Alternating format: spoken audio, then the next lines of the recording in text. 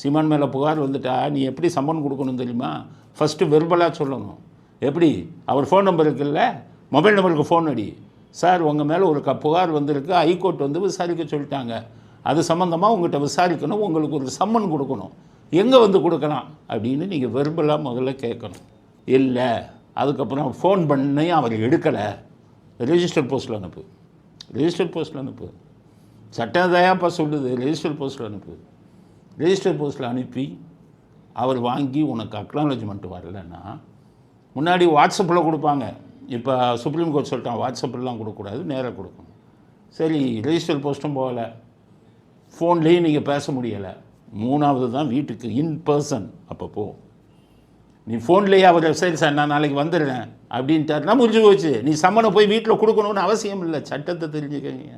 நாட்டில் இருக்கிற சட்டத்தை ஒரு வேலுக்கு தெரியாமல் என்ன இதை நடத்துறீங்க? அதுக்கப்புறம் நீ போ வீட்டுக்கு. ஏன்னா நான் ஃபோன் பண்ண கிடைக்கல, அதுக்கப்புறம் பார்த்தீங்கன்னா ரெஜிஸ்டர் போஸ்ட் அனுப்புனேன் திரும்பி வந்துருச்சு, அப்போ வீட்டுக்கு போ. அப்போ தான் வீட்டுக்கு போகணும்னு சொல்லுது. இவர் எடுத்த உடனே வீட்டுக்கு போயிடுவாராம்.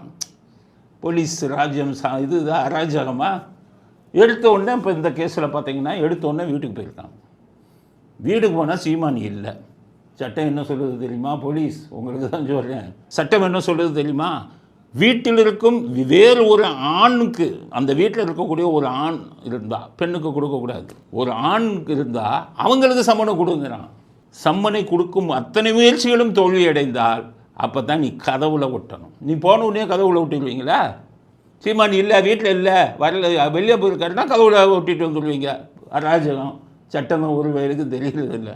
கொஞ்சமாச்சும் யோசிக்கணும். நீ போலீஸ்காரன் 50,000 ரூபா 70,000 ரூபா சம்பளத்தில் ஆரம்பித்து 1 லட்சம் 1.5 லட்சம் சம்பளத்தில் அரசாங்க ஊழியனாக இருக்க. அங்கே இருக்கான செக்யூரிட்டி பாவம் 10,000 15,000த்துக்கு வேலை பார்க்குறான். அவனுக்கு எவ்வளோ சம்பளம் இருக்கும்? 15,000 ரூபா இருக்கும். அவனுக்கு என்ன கொடுத்துருக்காங்க? வீட்டு காவலராக போட்டிருக்கான். வீட்டு காவலில் போட்டிருக்கான்னா அவனுக்கு இது வந்து யாரையும் உள்ள விடாத, யார் வந்தாலும் அவன் தடுப்பாயா, நீ போலீஸ் வந்தாலும் எதுக்குங்கன்னு கேட்பாங்க.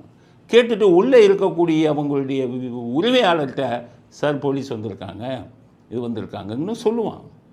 அப்போ நீ போய் அவனை பிடிச்சனா ஒரு செக்யூரிட்டிக்காரன்ட்ட போய் வெக்கம் இல்லை. இந்த போலீஸ்காரங்களுக்கு யூனிஃபார்மை போட்டு ஒரு செக்யூரிட்டிக்காரனோட போய் சண்டை போடுறீங்க. சம்மன் 160 CRPC படி அவன் சம்மன் கொடுக்கறதுக்கு அத்தனை முயற்சியும் எடுக்கலை.